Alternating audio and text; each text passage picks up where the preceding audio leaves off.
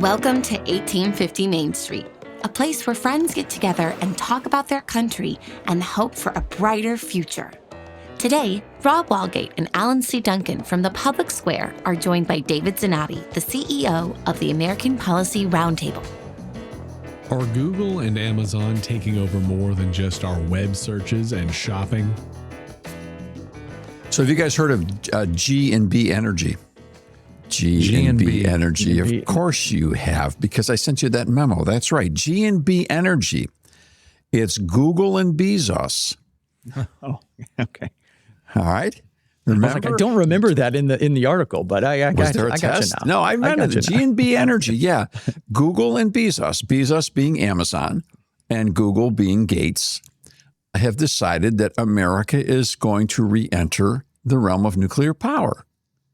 They decided that all by themselves.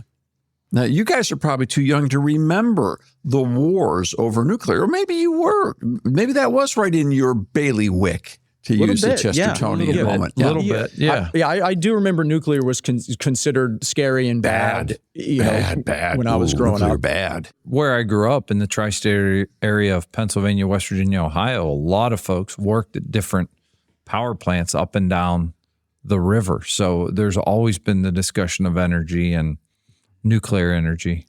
And of course, the big rub on nuclear was twofold. One is what do you do with the waste? Because you got to bury it in a cave or in the ground somewhere for like about 1 million years for it to finally stop being lethal. And so that was a big concern. And then the second one was, gee, what if you have a plant that leaks? And then one did, and then everybody freaked out of their minds. Yeah, there were some horror stories, throughout history with it. But. And then there were some that could have gone that way that were that there was an intervention right at the end where we found out what was actually going on. And it was stopped before it got worse. So, yeah, it could be creepy, scary, bad. And plus, you've got nuclear in the hands of big energy companies, and they're not exactly high on the list as being the most compassionate and caring corporate enterprises in the world. So, all right, they took it, and the environmental movement made a career out of convincing everybody that the end of the world and nuclear energy were one and the same. And so that's basically what we had, right? I mean, and they won that battle. That nuclear kind of almost disappeared completely. Now, still in Europe, but not in the U.S. So all of a sudden, Google, Bill Gates' company, all of them, in the whole realm, Brin and all of the Google people, all the players, all the Alphabet group, and Jeff Bezos at Amazon, which would also drag the Washington Post along with this as well, have decided that America needs to go nuclear. So we're going to. It's interesting. I have been hearing more positive things about nuclear in the past, 5 or so years. Now, so I don't know if that's kind of getting out in front of it, if a lot of the coverage has been trying to say positive things about it because this was coming, or if it genuinely is getting safer to produce just because the technology, it's not like the technology that we had in the 1970s. We've probably got some ways to keep it a little more safe today. So I don't know. I don't know if those things go hand in hand or if they're mutually exclusive. Or if two of the wealthiest men in the world decided that was the simplest way for them to do it. So that's what we're all going to do. I mean, we're just going to follow. And the thing is, Rob, you're always talking about going back with the DeLorean. All I can think about is Doc Brown here. Is the rationale is that both Google and Amazon are in a race to dominate the world of AI. And as they see it, they're going to need about 1 billion more gigawatts of energy to be able to get through the flux capacitor to make AI reality. And so rather than say, I got it, let's just shut off everybody's power and we'll take it all. And even at that, that's only 1/3 of what we need. We're going to have new power sources. And you can't possibly build enough coal, natural gas, electric, water plants that are going to give you what you need. So now they have to go nuclear. And now, you know what? It's all okay. Well, and that's the thing. The article that you sent around that was talking about this makes the point that this nuclear that they're proposing, because they're proposing building kind of small nuclear reactors, kind of on site where they're headquartered, and it just to power their stuff. It's not going to give, it's going to give them a mere fraction of what they need to power their own processes. So it's a drop in the bucket, which I found very interesting. You would think that, we're going to go nuclear and it's going to give them what they need. It's not even going to give them what they need. So what happens next? Obviously, they're going to get what they need. So how are they going to do it? Well, in this, it talked about what was the power plant? 3 Mile Island is the one that was shut down. And now they're going to basically reopen it in direct sale, or let them have direct access for what they need in those regards. Yeah, that's the thing that scares me even more than nuclear itself, because I could imagine that there would be a potential way to safely use it. And we've advocated for years on this broadcast, not for nuclear specifically, but for, hey, we need energy in this country. Let's have energy independence. Let's try it all. To the degree that you can get energy from something, let's try it. Let's open up all options. But the thing that concerns me the most about this is that it's Google and Amazon doing it. How much more control of your life do you want to cede to Google and Amazon? You want them to be your energy provider in 10 years? Let's go a step farther, Alan. This is an excellent point you're making. Let's take it a step farther. They need more energy than everybody's got. Now, in the old days, like 10 years ago, what you would do is you would hire a bunch of lobbying firms in regards to the key states where you want to locate these plants, and you would begin to work through state policy, which means buying the legislature, so that you could get enough votes to get a change in nuclear policy in that state, because you're going to bring jobs, you're going to bring all this energy, it's going to be good for everybody. In other words, you'd have to sell your idea. And you'd have to have the legal changes through public utilities commissions and others to make that happen. That would take time. It would take some money. But now the whole premise of all this is, yeah, we got to do it. So we're just going to do it because we don't really need, we have so much money. We can actually build all the power plants we need. And if you get in our way, we can hurt you. So there's no accountability at this point. They're going to do what they're going to do. They're going to do what they're going to do. And what concerns me is they aren't building enough for what they need. So they're still going to be using what the public uses. And they're such a big customer. At what point, if there is that drain that everyone's predicting that will happen, who's going to take precedence? Is it the 10,000 home city down the street, or is it Google and Amazon that are paying all the bills? I mean, I think you're going to run into a little direct competition when you have private entities that are picking and choosing because they own it, what they're allowed to use. You know what, though? I'm thinking about all this, and listen to this. We should be ashamed of ourselves. We are assuming bad intent on the part of these two institutions, on the part of the Amazon empire and the Google empire. We're actually presuming bad intentions. What if all they have is the very best of intentions, and they're going to go ahead and reopen the whole nuclear reality, and they're going to invite everybody to come in and take some of the extra energy because they make a whole bunch of it? I mean, maybe this is really a blessing in disguise, and we're just too bigoted and prejudiced against big tech to be willing to give them the benefit of the doubt. What's wrong with us? I've seen their track record. I've seen the things that Bill Gates thinks would be healthier for me to eat and to take part in.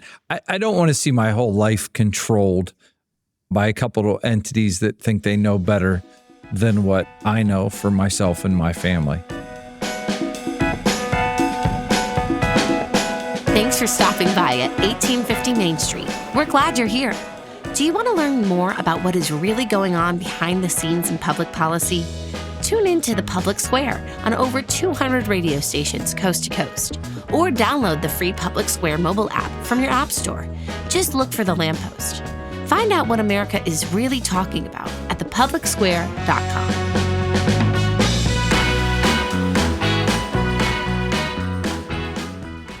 Well, that's why the one positive thing here, Google and Amazon are not working together on this, correct? Correct. They're competitors in this, I would imagine, at least right now. Yeah, maybe sort of. Yeah, maybe sort of. Yeah. They have each other's numbers. Let's put it that way. Sure. Well, I'm hoping that they compete. If at that point, at least that's a good point. You'd have two bigs competing against each other, not a complete monopoly. It's like, take your pick. But it's still bad, but it's at least better than one person having it all. Well, and I think this goes back to as well. I mean, we've talked about The Circle, the movie and the book, multiple times on 1850 and on the Public Square. I mean, when it comes to that control, that's what I keep thinking back to of what will that look like? Well, and we're seeding it to them. Like how many people have Gmail addresses for their email? How many people do all their shopping for Christmas shopping on Amazon? I remember when Amazon was just a site you could buy some cheap paperbacks. You could just buy some books.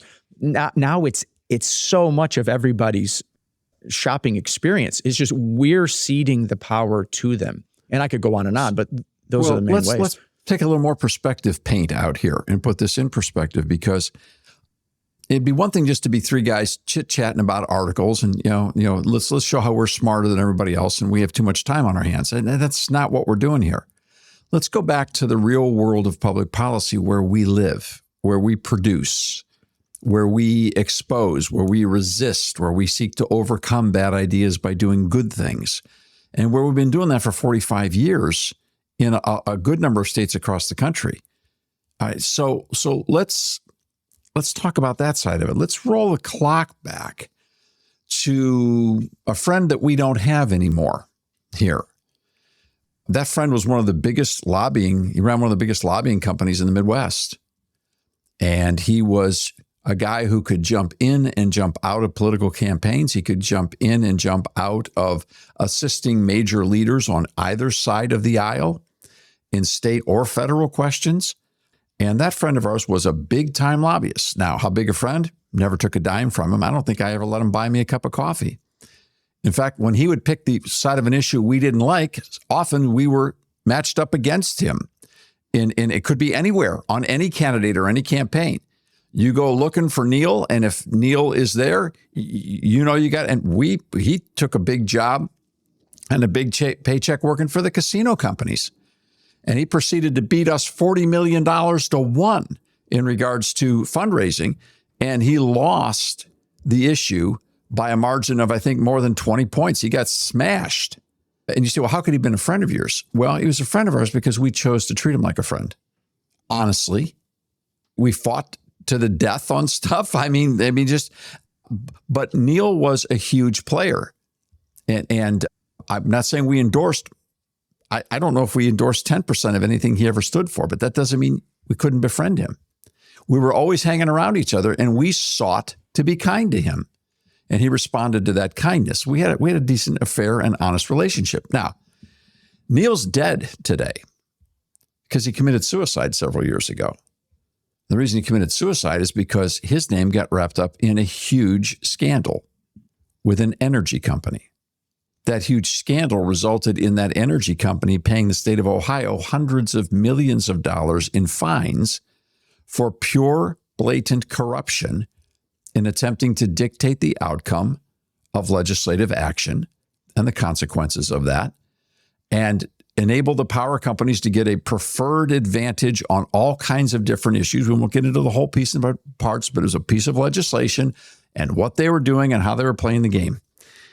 And Neil and a bunch of other people got caught. Well, the Speaker of the House of the Ohio House of Representatives is in prison right now because of it.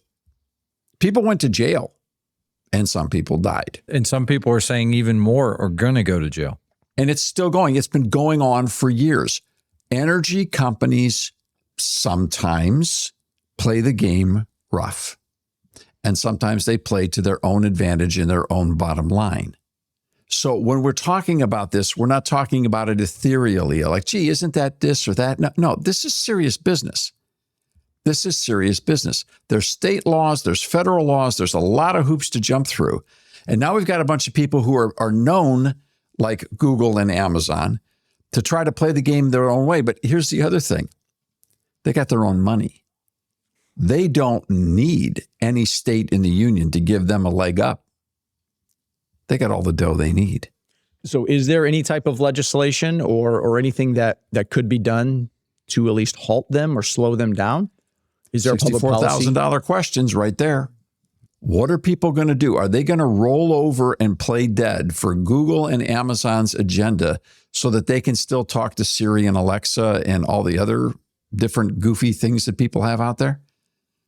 I mean, are they going to have us lulled to sleep so much by this time that they're just going to be able to do whatever they want, pay their own bills, set up their own system, and everybody else be standing there going, gee, what just happened to us? Well, and you said that a lot of this is taking place because they need more power for AI and that type of stuff. We haven't even discussed whether or not that's even a worthwhile venture to pursue at the level we're pursuing. We're just kind of, people just presume AI is inevitable. You could pause a little bit. You could, I don't think we're going to, but you could slow down. If you don't have enough literal energy in the country to do it, maybe you shouldn't be doing it. It's like your family budget. Oh, you're muted. Oh, you thought I was muted. No, that was Google and Amazon just sending you a message. Yeah. Go ahead and try that, Alan. That's the point that they're trying to make, is we are inevitable. Your point's very well taken, because if you don't do what we say,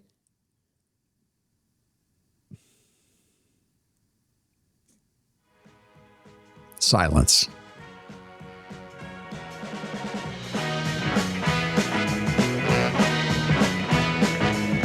The conversations are just getting started. To get connected, check out 1850mainstreet.com. We don't data mine anyone or sell your information. Subscribe today so you don't miss a single conversation. We'll see you next time here at 1850 Main Street.